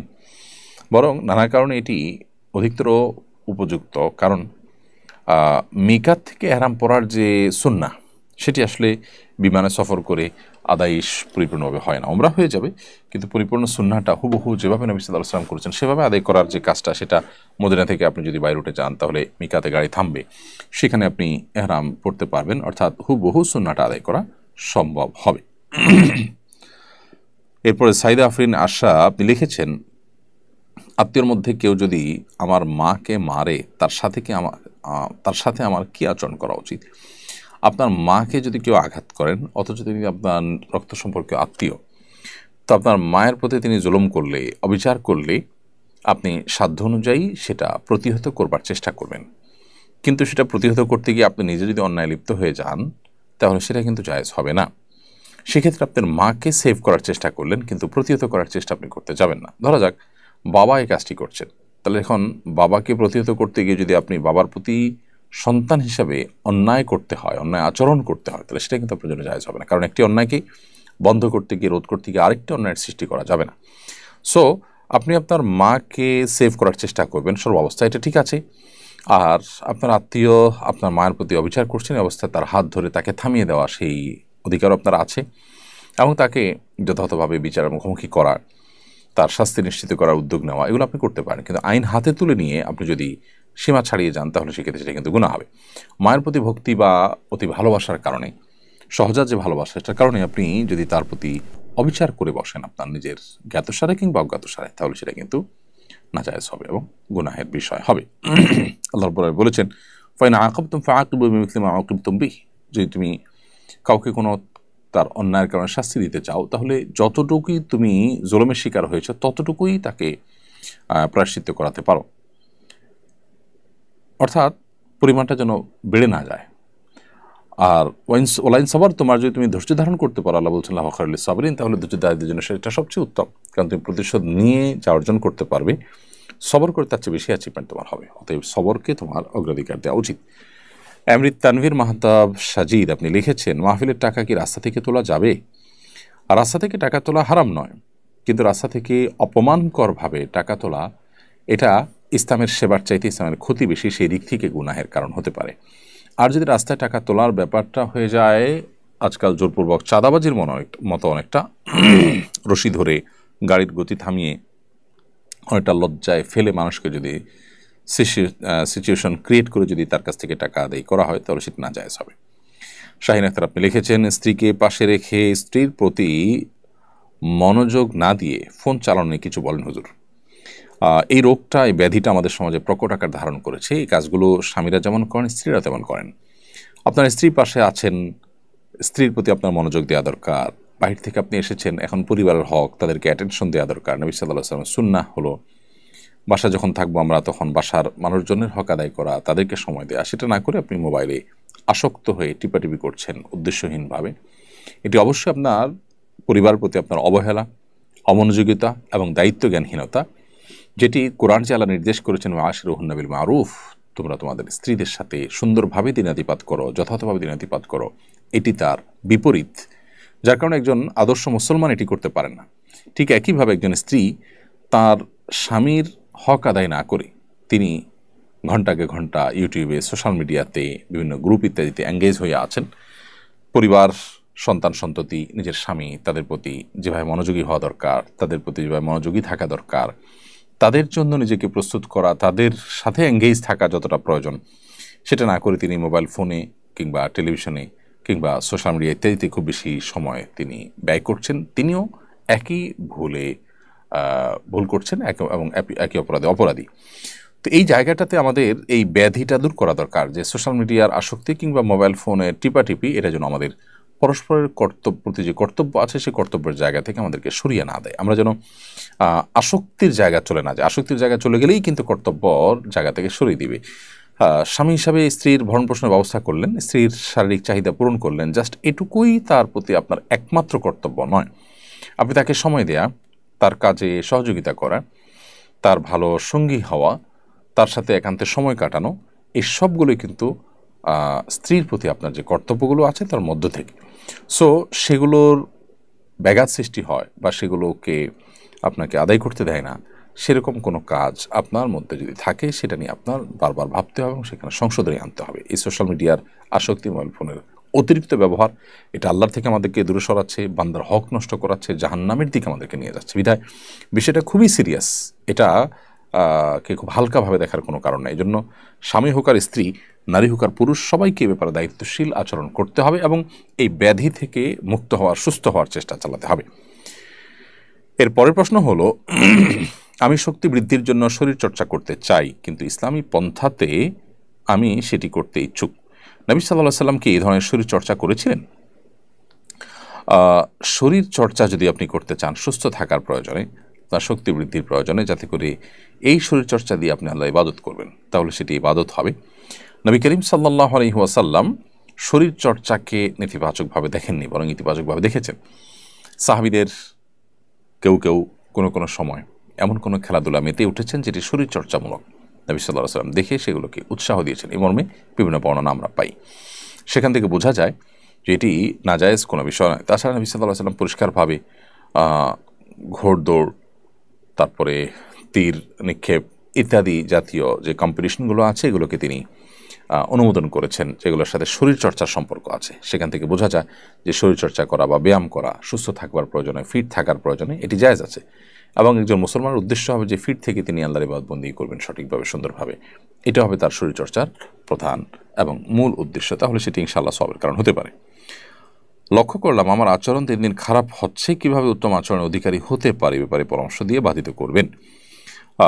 দিন দিন নিজের আচরণ খারাপ হয়ে যাচ্ছে, এটা যদি আঁচ করতে পারেন, আলহামদুলিল্লাহ, নিজের প্রতি নিজের মনোযোগ আছে এবং আপনি আপনার মোরাল ডেভেলপমেন্ট নিয়ে ভাবছেন, সেটি একটি পজিটিভ দিক। এখন কথা হলো যে কিভাবে আপনি এটা ডেভেলপ করবেন। উত্তর হলো যে কোনো খারাপ মানুষের, খারাপ পরিবেশে পালায় পড়লে নানা কারণে মানুষের অ্যাটিটিউডের মধ্যে পরিবর্তন আসে। আপনি যদি এই মুহূর্তে কোনো ভালো, সৎ, নেককার, আল্লাহভীরু, মুত্তাকি মানুষের সংস্রব এবং সান্নিধ্য এটাকে গ্রহণ করেন, তাহলে আশা করা যায় আপনার ভিতরে পজিটিভ পরিবর্তন হতে থাকবে। এবং সেই সাথে আল্লাহ সুবহানাহু ওয়া তাআলার কাছে একটি দোয়া আপনি করবেন, যেটি আবু দাউদ তিরমিজিতে বর্ণিত হয়েছে। নবী করিম সাল্লাল্লাহু আলাইহি ওয়াসাল্লাম আল্লাহর কাছে দোয়া করতেন, আল্লাহুম্মা হাদিনি লি আহসানিল আখলাক ওয়া লা ইয়াহদি লি আহসানিহা ইল্লা আনত। আল্লাহ আমাকে সুন্দর আখলাকের পথে আপনি পরিচালিত করুন, আপনি ছাড়া কেউ সুন্দর আখলাকের পথে পরিচালিত করতে পারবে না। ওয়াসরিফ আন্নি সাইয়্যাহা ওয়া লা ইয়াসরিফ আন্নি সাইয়্যাহা ইল্লা আনত। আর আমার বদাখলাক আপনি দূর করে দিন, কারণ বদাখলাক আপনি ছাড়া কেউ আসলে দূর করতে পারবে না। তো এই দোয়া আপনি আল্লাহ তাআলার কাছে বেশি থেকে বেশি যদি করেন, আশা করা যায় আল্লাহ রাব্বুল আলামিন আপনাকে ক্ষমা করবেন এবং আপনার আখলাককে সুন্দর করবেন। এরপরে জনি এআইডি থেকে আপনি লিখেছেন, আমি একটা মেয়েকে পছন্দ করি, সে আমাকে পছন্দ করে, কিন্তু তার সাথে কথা বলি না। তাকে বলেছি সময় হলে সরাসরি বিয়ের প্রস্তাব দিব ইনশাআল্লাহ, এতে কি গুনাহ হবে? আপনি তার সাথে কোনো প্রকার সম্পর্ক রাখলেন না, একটা নির্দিষ্ট সময়ের অপেক্ষা করছেন, বিবাহের প্রস্তাব পাঠাবেন, তিনি নিজেকে সেভ করছেন, আপনি নিজেকে সেভ করছেন, এরকম যদি হয় একে অন্যকে জাস্ট পছন্দ করে রেখেছেন, এটা নাজায়েজ হবে না, এটা গুনাহ হবে না। কিন্তু আপনাদের এই পছন্দ করে রাখাটা যদি আপনাদের জল্পনা কল্পনার বা মনে মনে গুনাহের জগতেও আপনাদেরকে নিয়ে যায়, তাহলে আপনাদের সম্পর্ক ইতি টানা উচিত, এই সম্পর্কে ইতি টেনে আপনাদের গুনাহ থেকে বেরিয়ে আসার চেষ্টা করা উচিত। মারিয়া ইসলাম লিখেছেন, হায়েজের দিন সংখ্যা শরীয় অনুসারে কিভাবে গণনা করব? আপনার যদি আগে থেকে নিয়মিত হায়েজ বা মাসিক হয়ে থাকে একটা নির্দিষ্ট সময়, তাহলে সেই দিনগুলোকে আপনি মাসিক হিসাবে গণ্য করবেন। কখনো কালে ভদ্রে বেশ কম হয়ে গেলেও আপনি আগের দিনক্ষণ হিসাবেই আপনি মাসিক ধরবেন। আর যদি আগের দিনক্ষণের মধ্যে পরিবর্তন হয়ে যায়, অভ্যাসটা পরিবর্তন হয়ে যায়, তাহলে নতুন যে অভ্যাস হয়েছে, স্টাবলিশড হয়েছে, সেটাকে আপনি মাসিক হিসাবে গণ্য করবেন। 10 দিনে বেশি যদি আপনি রক্ত দেখতে পান, তাহলে সেটা আপনি অসুস্থতা হিসাবে গণ্য করবেন। আপনার নির্দিষ্ট যে অভ্যাস আছে তার চাইতে বেশি যদি মাসিক হিসাবে দেখেন, সেটাও আপনি অসুস্থ হিসাবে গণ্য করবেন, এবং তখন আপনি নামাজ কালাম ঠিকমতো পড়বেন ওই সময়টাতে। পরিবেশ সুরক্ষার বিষয়ে ইসলামের নির্দেশনা কী? বর্তমান সরকারের পলিথিন বিরোধী অবস্থান সম্পর্কে আপনার মন্তব্য কী? দেখুন, ইসলাম পরিবেশ সুরক্ষার জন্য বহু উদ্যোগের নির্দেশ আমাদেরকে দিয়েছে। মূলত ইসলামকে যদি আমরা সঠিকভাবে মেনে চলি, আল্লাহর আদেশ নিষেধগুলো যদি আমরা মেনে চলি, প্রকৃতিতে যদি আমরা নানা রকমের মডিফিকেশনের নামে ব্যাপক পরিবর্তন না আনি, তাহলে সেক্ষেত্রে পরিবেশ এমনিতেই সুসংরক্ষিত থাকবে। পৃথিবীতে আজ যারা পরিবেশ নিয়ে সবচেয়ে বেশি সোচ্চার এবং কথা বলছেন, দুর্ভাগ্যজনক বাস্তবতা হলো তারাই শিল্প বিপ্লবের নামে, নানা নামে তারা প্লাস্টিকের পৃথিবী আমাদেরকে উপহার দিয়েছেন এবং পরিবেশকে বিপর্যস্ত তারাই করেছেন। এখন তারাই আবার ওঝা হয়ে ঝাড়ছেন, এটা হলো বাস্তবতা। পলিথিন আমরা জানি যে সেটি আমাদের মাটির জন্য নানাভাবে ক্ষতিকর। বিশেষ করে পলিথিনের যত্রতত্র ফেলে দেওয়ার যে একটা প্রবণতা আমাদের দেশে মানুষের মধ্যে আছে, এটা কোনোভাবে নিয়ন্ত্রণ করা যাচ্ছে না। সেই জায়গা থেকে পলিথিন বিরোধী আইন করা বা পলিথিনের ব্যবহার বন্ধের উদ্যোগ নেওয়াকে আমি মনে করি যে প্রয়োজনীয় উদ্যোগ এবং সাধুবাদ জানানোর মতো উদ্যোগ। যদিও এই আইনগুলো আসলে আইনেই থেকে যায়, ফাঁকফোঁ করে নানাভাবে সেটা ঠিকই আপনার চলতে থাকে। তো এই ক্ষেত্রে যে সমস্ত ফ্যাক্টরিগুলো ইতিমধ্যে চালু আছে, সেই ফ্যাক্টরিতে অন্য কিছু উৎপাদন করে হলেও যে সমস্ত কর্মীরা আছেন, শ্রমিকরা আছেন, তাদের কর্মসংস্থানের উদ্যোগ নেওয়া উচিত, যাতে করে তারা বিপদের মুখে পতিত না হয়। কিন্তু মূল উদ্যোগটা এটা অবশ্যই প্রশংসার দাবিদার। দেশের মাটিতে ফসলের চাষের যে আপনার সম্ভাবনা, সেটা যাতে কোনোভাবে নষ্ট হয়ে না যায়, সেরকম উদ্যোগ গ্রহণ করা আমাদের জন্য খুবই গুরুত্বপূর্ণ। বিশেষ করে আধুনিক বিশ্বে আমরা পরনির্ভরশীল অনেকখানি, এই পরনির্ভরশীলতা থেকে আমাদের বেরিয়ে আসতে হবে। যদি করতে না পারে, তাহলে পৃথিবী কখনো অস্বাভাবিক পরিস্থিতির মুখোমুখি হলে তখন কিন্তু আমরা ভয়ঙ্কর বিপদে পড়বে। এই জন্য আমাদের মাটির উর্বরতা কমে যেতে পারে, নষ্ট হতে পারে, উৎপাদনশীলতা, উৎপাদন ক্ষমতা কমে যেতে পারে। এরকম যে কোনো কিছু বন্ধের উদ্যোগকে অবশ্যই সাধুবাদ জানাতে হবে। এমনি ইব্রাহিম খলিল আপনি লিখেছেন, মুসলমানরা ধ্যান করবে কিভাবে? প্রত্যেকটা সফল ব্যক্তিদের ক্ষেত্রে শোনা যায় তারা নির্দিষ্ট একটা সময় মেডিটেশন করেন। দেখুন, আপনি যে কোনো কিছু নিয়ে ভাববেন, চিন্তা করবেন, গবেষণা করবেন, এটার জন্য সুনির্দিষ্ট কোনো ফরম্যাট নবী সাল্লাল্লাহু আলাইহি ওয়াসাল্লাম সুন্নাত থেকে আমরা পাই না। তিনি গারে হেরাতে যেতেন, এর বাইরেও বিভিন্ন সময় ইবাদতবন্দি করতেন। ইবাদতে আপনি পরিপূর্ণ আল্লাহর প্রতি মনোযোগী হবেন, এটি হলো সবচেয়ে বড় ধ্যান। এর বাইরে নামাজের পরও, আগেও বা বিভিন্ন সময় আপনি একান্তে আল্লাহ সুবহানাহু ওয়া তাআলাকে স্মরণ করলেন, ভাবলেন, পরিকল্পনা করলেন, এগুলো সবগুলোই শরিয়া কর্তৃক অনুমোদিত এবং নবী সাল্লাল্লাহু আলাইহি ওয়াসাল্লামের জীবনীতে বিবরণীতে পাওয়া যায়। মেডিটেশন বলতে যেটি বোঝায়, এটি অনেক ক্ষেত্রেই আমাদেরকে কুফরি বা আল্লাহর সাথে দ্রোহের যে নেটওয়ার্ক, সেই নেটওয়ার্কে নিয়ে যায়। আমরা অনেকেই এটাকে পজিটিভলি দেখি এবং বিধর্মীদের, বিশেষ করে মুশরিকদের পদ্ধতিতে এই ধ্যান করতে গিয়ে আমাদের অনেকে ইসলামের ট্র্যাক থেকে হারিয়ে যান। এজন্য আপনার ধ্যান হতে হবে কোরআন এবং সুন্নাহর প্রতি পরিপূর্ণ অনুসরণ করি, কোনো বিধর্মীদের আবিষ্কৃত কোনো ওয়ে থেকে নয়। সেগুলো আপাত দৃষ্টিকোণ থেকে দেখা যায় যে না, সেগুলোতে সমস্যার কোনো দিক নেই, কিন্তু সেগুলো প্রচণ্ড রকমের সমস্যা আমাদের জীবনে তৈরি করার সমূহ আশঙ্কা থাকে। যেসব ওষুধে হারাম উপাদান আছে, সেসব ওষুধ ব্যবহারের শরীয়ত বিধান কি? কোনো ঔষধে যদি হারাম উপাদান থাকে এবং ওই রোগের চিকিৎসার জন্য সেই ওষুধ ছাড়া আপাত কোনো বিকল্প যদি না থাকে, সেটি চিকিৎসা হিসাবে বা ওষুধ হিসাবে ব্যবহার করা জায়েজ হবে। আর কোনো কোনো ক্ষেত্রে দেখা যায় যে সে হারামটা মূলগতভাবে একেবারেই পরিবর্তিত হয়ে গেছে, তার কিছুই আর থাকে না, সেটা ভিন্ন বিষয়। আবার অনেক সময় দেখা যায় যে যেটাকে আমরা হারাম বলছি সেটাকে আসলে অ্যাবসোলিউট হারাম বলা কঠিন হয়। যেমন কিছু কিছু অ্যালকোহল আছে যে অ্যালকোহলগুলো আসলে অ্যাজ এ কেমিক্যাল ইউজ হয়, সেটা আসলে হারাম যে পানীয় অ্যালকোহল রয়েছে তার আওতায় পড়ে না। তো এখানে নানাবিধ বিষয় আছে। সবচেয়ে বড় কথা হলো যে হালাল এবং সন্দেহের ঊর্ধ্বে থাকা যায় এরকম কোনো ঔষধ বা প্রতিষেধক থাকলে আপনি হারাম ঔষধ ব্যবহার করা বা সেটা প্রয়োগ করা উচিত নয়। যদি অন্য কোনো হালাল ঔষধ আপাত দৃষ্টিকোণ থেকে ভালো বিকল্প নয় এরকম মনে হয়, তাহলে সেক্ষেত্রে নির্বাহ হিসাবে আপনি হারাম ঔষধকে ব্যবহার করে সেটা না যায়, হবে না। শাহনাজ এটি থেকে আপনি লিখেছেন, ভাঙা আয়না দিয়ে মুখ দেখলে কি হায়াত কমে যায়? না, এটি সম্পূর্ণ কুসংস্কারাচ্ছন্ন বিশ্বাস। ভাঙা আয়না মুখ দেখলে হায়াত কমে না, বরং আপনি চাইলে ভাঙা আয়না মুখ দেখতে পারেন, এটা একান্ত আপনার ব্যাপার। শীতকালে আমি নিয়মিত গোসল করি না, আর জুমাবার আমি গোসল না করি মসজিদে গিয়ে নামাজ পড়েছি, এটা ঠিক হয়েছে কিনা? আমার মা আমাকে এই জন্য বকাঝকা করেছেন। আপনার নামাজ তো হয়ে গেছে, কিন্তু জুমার দিনে গোসল করাটা সুন্নাহ, আপনি গোসল না করে একটা সুন্নাহ থেকে বঞ্চিত হয়েছেন, অতএব আপনার মায়ের বকাঝকা ওই অর্থে ঠিকই আছে। আফিফ আনাস লাবিব আপনি লিখেছেন, বর্তমানে অনেক মসজিদ মাদ্রাসার টয়লেট ব্যবহার করার জন্য 5 টাকা 10 টাকা করে নেয়, এটা নিয়ে আপনার মন্তব্য কি? মসজিদ মাদ্রাসার টয়লেট ব্যবহারের জন্য 5 টাকা 10 টাকা করে যদি নেওয়া হয় এবং সেটা মসজিদ মাদ্রাসার উন্নয়নের কাজে লাগানো হয়, সেটাকে আমরা নাজায়েজ হিসেবে দেখার কোনো কারণ নাই বা নাজায়েজ বলার কোনো কারণ নেই। কারণ টয়লেটের নির্মাণ, এটার পরিচ্ছন্নতা, এটার রিপেয়ারিং ইত্যাদিতে যে খরচ খরচা হয় সেটার ভিত্তিতে এটাকে তারা অবশ্যই টাকার বিনিময়ে দিতে পারেন এবং সেই টাকাটা সংশ্লিষ্ট প্রতিষ্ঠানেই কল্যাণে ব্যয় হলো, এটি নাজায়েজ কোনো বিষয় নয়। আমার বিয়ের সময় মোহর নির্ধারণ করা হয়েছে 10 লাখ টাকা, আমি আমার স্বামীর সঙ্গে এই মর্মে সমঝোতা করতে চাই যে তিনি আমাকে হজ করাবেন আর বিনিময়ে আমার মোহর মাফ করে দিবেন, এটা কি জায়েজ হবে? হতে পারে। আপনার 10 লাখ টাকা যে মোহর হয়েছে সেটাকে আপনি এক্সচেঞ্জ করলেন হজের মাধ্যমে।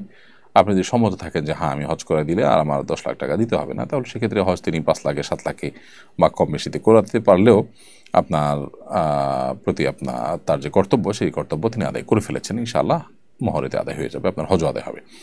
জাকারিয়া আহমদ লিখেছেন, আপনাকে মাহফিলে দাওয়াত দেওয়ার জন্য কীভাবে যোগাযোগ করব? ভাই জাকারিয়া আহমদ, আমি গত বছর থেকে ঘোষণা দিয়ে মাহফিল থেকে সরে এসেছি। মাহফিলের ফিল্ডে আমি দাওয়াতি কাজ করি না। একান্ত যে হাতে গোনা 2-4টি মাহফিলে দেখতে পান, বিচ্ছিন্ন ঘটনা দেখতে পান, সেগুলো একান্তই বিচ্ছিন্ন বিষয়। কখনো হয়তো নিরুপায় হয়ে সেগুলোতে যেতে হয়, মানে এক্সট্রাঅর্ডিনারি কোনো কারণে। ধরা যাক আমার এমন কেউ বলে ফেলেছেন, নির্দেশ দিয়েছেন, যা নির্দেশটা আসলে নামে আমি পারিনি, এক্সক্লুসিভ কোনো ইস্যু, অথবা হতে পারে 2-3 বছর আগে আমি কাউকে বলেছি কোথাও যাব, মাহফিল করব, যদি আমি সচরাচর এভাবে ওয়াদা করি না। এবছর একটা মাহফিল এমন নিতে হয়েছে, কেউ একজন বলছেন যে আমি তাকে ওয়াদা করেছি বা আমার লোকজন তাকে ওয়াদা করেছে, হোয়ারেজ আমরা এটা করি না এবং আমাদের কারো মনে পড়ে না এবং ওনার কাছে কোনো প্রমাণও নেই, জাস্ট একজন মুসলমান বলেছেন সেটাকে বিশ্বাস করে আমরা সেই মাহফিলে যাওয়ার নিয়ত করেছি বা ওয়াদা করেছি। তো এরকম কিছু এক্সক্লুসিভ ঘটনা, কয়েকটা ঘটনা বাদে সাধারণত আমরা মাহফিলে যাচ্ছি না। আমি আশা করব মাহফিলের জন্য উপযুক্ত অনেক ভালো বক্তা আছেন যারা কোরআন সুন্নাহর আলোকে আলোচনা করেন, মানুষের জীবন পরিবর্তনকারী আলোচনা করেন, আপনারা তাদের সাথে যোগাযোগ করবেন এবং আমাদেরকে আমাদের যে কাজ আছে সেই কাজগুলো করার জন্য আপনারা সহযোগিতা করবেন, এটি আমি আশ্বাস রাখি, বিশ্বাস রাখি, আপনাদের প্রতি প্রত্যাশা করি। আলামিন আপনি লিখেছেন, আপন 2 ভাই তাদের ছেলে মেয়েদের পরস্পরের মধ্যে বিবাহ দিতে পারবে কি না? আপন 2 ভাই তাদের পরস্পর ছেলে মেয়েদের মধ্যে বিবাহ দিতে পারবেন, অর্থাৎ চাচাতো ভাই বোন পরস্পরের মধ্যে বিবাহ হতে পারে, কোনো অসুবিধা নেই। শামিমা আফরোজ আপনি লিখেছেন, আমার ভাই এবং মা বাবার সাথে অনেক খারাপ, আমার ভাই আমার এবং আমার মা বাবার সাথে অনেক খারাপ আচরণ করেন। ওর বয়স 26, বিবাহিত, ওর আচরণ প্রচণ্ড খারাপ, রেগে গেলে বাবা মাকে বলে দাঁড়া এখনই মার মতো দের। আমরা কি করতে পারি? তিনি যখন সুস্থ স্বাভাবিক থাকেন তখন তাকে কোনো মানসিক ডাক্তার দেখানো, কাউন্সেলিং করা, কোনো ভালো আলেমের সান্নিধ্যে নিয়ে তাকে নসিহা করানো, এই উদ্যোগগুলো আপনারা নিতে পারেন। আল্লাহ তাআলার কাছে দোয়া করবেন এবং এই প্রচণ্ড বদমেজাজ দূর করবার জন্য কোরআন সুন্নাহর আলোকে যে নির্দেশনাগুলো আছে সেগুলো আমল করতে পারেন। আশা করি যে আল্লাহ তাআলা তাকে শেফা দান করবেন। এরপরে কামল এআডি থেকে আপনি লিখেছেন, অবৈধ উপায়ে বিদেশে গেলে বা চুরি করে পালিয়ে এক দেশ থেকে অন্য দেশে গেলে তার উপার্জন হারাল হবে কিনা? এভাবে যাওয়াটা অন্যায়, অনুচিত এবং নাজায়েজ কথা, কিন্তু গিয়ে সেখানে যদি হালাল উপার্জন করেন, আপনি অবৈধ কোনো উপার্জন না করেন, তাহলে সেক্ষেত্রে সেটি আপনার জন্য হারাম হবে না।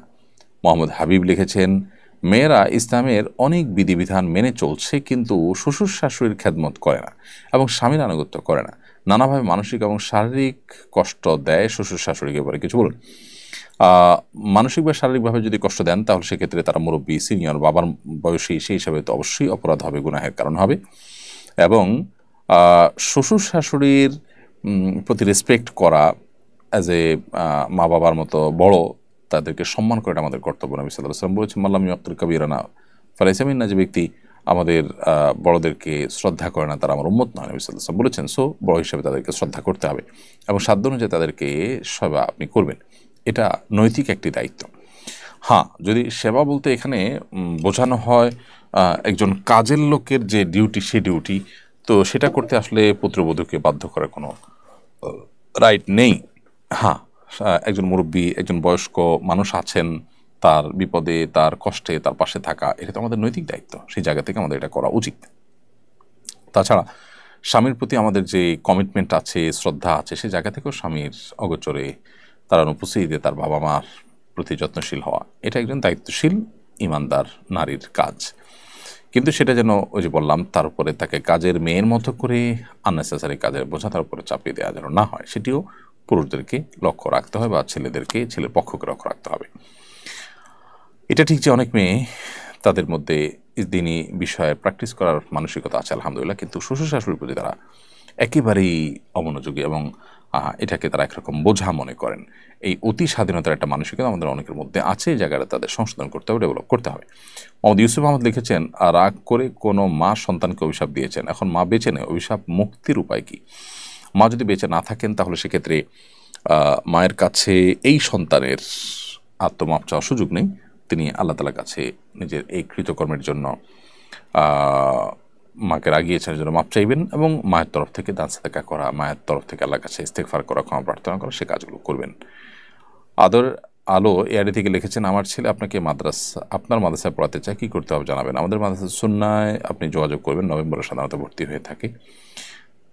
তানহা ইসলাম লিখেছেন, অপারেশন রোগী হাতে ক্যানোলা, প্রস্রাবের রাস্তায় ক্যাথেটার পরা, রক্ত যাচ্ছে, উনি কীভাবে নামাজ আদায় করবেন? আল্লাহ মাফ করুন, ওই অবস্থাতেই উজু করা গেলে উজু না করা গেলে তায়াম্মুম করে কেবলামুখী হয়ে দাঁড়িয়ে বসে যেভাবে সামর্থ্য আছে সেভাবে তিনি নামাজ পড়বেন। এমনকি যদি ব্লিডিং হয়, আল্লাহ রহম করুক তার প্রতি, তাহলে ওই অবস্থাতে তাকে সালাত আদায়ের চেষ্টা করতে হবে বা সালাত আদায় করতে হবে। নাজিয়াত লিমা আপনি লিখেছেন, শ্বশুর মারা গেলে কি তাকে দেখা যাবে? শ্বশুর মারা গেলে আপনি তাকে দেখতে পাবেন, কোনো অসুবিধা নেই। বেলালুদ্দিন জাফরি আপনি লিখেছেন, শ্বশুর বাড়ি থেকে সামাজিক কালচার অনুসারে খাবার পাঠাচ্ছে, কিন্তু আমি এসব কালচার পছন্দ করি না, তাই ওই খাবার পাঠিয়ে দিয়েছি, ফলে শ্বশুর বাড়ির লোকজন আমার উপর রাগ করেছেন। এখন আমি কি করতে পারি? তাদেরকে আপনি নানাভাবে কনভিন্স করবেন। এভাবে এমনভাবে যদি পাঠিয়ে দেন যে তারা ভুল বুঝে, তাহলে এটা আপনার ভুল পদক্ষেপ। অবশ্যই আপনি তাদেরকে বুঝিয়ে আপনার সীমাবদ্ধ জায়গাটা আপনি তাদেরকে বোঝানোর চেষ্টা করবেন। আর যদি তারা খুব বেশি মনোকষ্ট পাবেন মনে হয়, তাহলে আপনি সেটি নিতে অসুবিধা নেই, কিন্তু পরবর্তী তারা যেন এই কালচার যেন প্রতিষ্ঠিত না করেন, তাদেরকে বুঝিয়ে দিবেন। আর কালচারের অংশ হিসাবে ছাড়া যে তারা উপরোপণ দেয়, একেবারে চোখ বন্ধ করে সব উপরোপণ আপনি ড্যাং করে দিবেন, সেটা উচিত নয়, সেটা মাথায় রাখতে হবে। ইসরাত জাহান লিখেছেন, না জানিয়ে বিয়েতে দেয়া গয়না যদি পরবর্তীতে মহারণার টাকার বিনিময় দিয়েছে বলে দাবি করে, তাহলে কি জায়েজ হবে? বিয়েতে গহনা দেওয়ার সময় যদি নিয়ত থাকে মহারণা হিসাবে দেয়া, যেহেতু সেটা মূল সম্পদ, মূল অ্যাসেট স্বর্ণ গহনা, তাহলে সেটা মহর হিসাবে ধর্তব্য হবে যদি তিনি মহর হিসাবে দিয়ে থাকেন। হ্যাঁ, ঘোষণা দেননি, সেটি তাদের ভুল ছিল, ঘোষণা তাদের উচিত ছিল, কিন্তু পরে যদি তারা বলেন যে আমাদের তখন উদ্দেশ্য ছিল এটাকে মহর হিসাবে দেয়া, তো এটা মহর হিসাবে ধর্তব্য হবে। রিফাত জাহান পাঞ্জেরি আপনি লিখেছেন, বাসায় স্বামীর সামনে জুনজুনি বাজে এমন নূপুর পরে থাকা যাবে কিনা? জি, যাবে। সৌরভ মণ্ডল লিখেছেন, আমার 20 বছর হয়েছে, আমি এখন নামাজ পড়তে পারি না, আমার করণীয় কি? আপনি নামাজ শিখে নেবেন, নামাজ শেখাটা আমাদের কর্তব্যের অংশ। একজন মুসলমান 20 বছর বয়সে নামাজ না পারলে সেটা দুর্ভাগ্যজনক বিষয়। নামাজ শেখাটা জটিল কোনো কাজ নয়, অনেক কিছু আপনি শিখেছেন। সো নামাজ পড়া শেখার চেষ্টা করলে অনলাইন থেকেও আপনি নামাজ খুব সহজে শিখে ফেলতে পারবেন। মাশরুফ আপনি লিখেছেন, ছোট বাচ্চাদের শনি মঙ্গলবার চুল কাটলে কি কোনো অমঙ্গল হয়? ছোট বাচ্চাদের শনিবারে বা মঙ্গলবারে চুল কাটলে অমঙ্গল হওয়ার কথাটা কুসংস্কারের জন্য ভুল কথা, যে কোনো দিন চুল কাটা যেতে পারে। রোহি আরবি রিক্তা লিখেছেন, আমার ছেলে মেয়ে মাদ্রাসায় পড়ে, আমার ছেলে মেয়ের জন্য দোয়া দরখাস্ত। অবশ্যই আপনার ছেলে মেয়ের জন্য দোয়া করে আল্লাহ তাদেরকে পরিপূর্ণভাবে আগামী দিন হিসাবে কবুল করুন, তিনি দাওয়াত হিসাবে দাওয়াত দেওয়ার জন্য উপযোগী করুন আল্লাহ তাআলা। মোহাম্মদ আরিফুল ইসলাম আরিফ লিখেছেন, আমি একজন কলেজ ছাত্র, কলেজে আসার অবসর পেলে আমি দাওয়াও ক্যারাম খেলে, এগুলো জায়েজ আছে কিনা? না, এগুলো জায়েজ না। অবসর সময় আপনি আপনার প্রোডাক্টিভ কোনো কাজ করবেন, শরীরচর্চামূলক কোনো কাজ করতে পারেন, শাহিনা আক্তার লিখেছেন বডি লোশন গায়ে মাখলে নামাজ হবে কিনা? নামাজ হয়ে যাবে, তবে সেই বডি লোশনে হারাম কিছু আছে কিনা সেটা আপনি জানার চেষ্টা করবেন। আব্দুল্লাহ নিহান লিখেছেন মসজিদের ছাদে কি বাসা বাড়ি করতে পারবো? না, মসজিদের যেখানে মসজিদ হবে সেটা পাতাল থেকে না আকাশ পর্যন্ত পুরাটুকুই মসজিদ হিসাবে বিবেচিত হবে। সো মসজিদ রিলেটেড কোনো কিছু, মসজিদের সাথে সংশ্লিষ্ট কিছু ছাড়া সেখানে আসলে ব্যক্তি মালিকানাধীন বা কোনো ঘর বাড়ি করা যাবে না। রিহানা খানম লিখেছেন আমি আমার বাচ্চাদের মাঝে মধ্যে বকা দেই, আমার কি গুনাহ হচ্ছে? বকা দিতে গিয়ে যদি আপনি গালমন্দ না করেন, নোংরা কোনো কথা না বলেন, তাহলে সেক্ষেত্রে সেটি জায়েজ আছে, বাচ্চাদেরকে সংশোধন করবার প্রয়োজনে। প্রিয় দর্শক, দেখতে দেখতে অনুষ্ঠানের একেবারে শেষ প্রান্তে আমরা চলে এসেছি এবং অনেকগুলো প্রশ্ন উত্তর আজকে দেওয়ার চেষ্টা করেছি। ইন আসাবতু ফামিন আল্লাহ, যদি সঠিক কিছু বলে থাকি আল্লাহর তরফ থেকে হয়েছে। ওয়াইন আখতাতু ফামিন শয়তান, যদি আমি ভুল কোনো প্রশ্ন উত্তর দিয়ে থাকি, ভুল কোনো কথা বলে থাকি, সেটা আমার এবং শয়তানের তরফ থেকে। আল্লাহ তাআলা আমাদের সকলকে যে কথাগুলো আমরা জানলাম, শুনলাম, বুঝলাম, সেগুলো অনুযায়ী আমল করার তৌফিক দান করুন। জাযাকুমুল্লাহ খাইরান। আসসালামু আলাইকুম ওয়া রাহমাতুল্লাহি ওয়া বারাকাতুহু। আস-সুন্নাহ ফাউন্ডেশন, উম্মার স্বার্থে